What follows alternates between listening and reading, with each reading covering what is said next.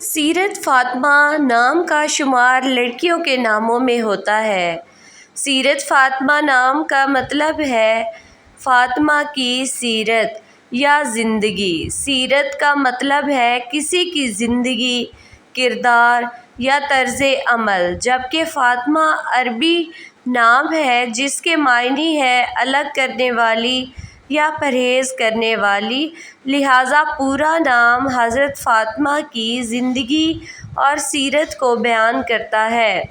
سیرت نام کی ابتدائی تاریخ عربی زبان سے نکلتی ہے۔ سیرت نام کے افراد کے لیے خوش قسمت نمبر 2 مانا جاتا ہے۔ سیرت نام کا مطلب عادت، کردار کی پاکیزگی ہے، جبکہ خوش قسمت دنوں میں جمعہ، ہفتہ شامل ہے۔ خوش قسمتی والی دھاتوں میں ہندسوں کے حساب سے لوہا شامل ہے۔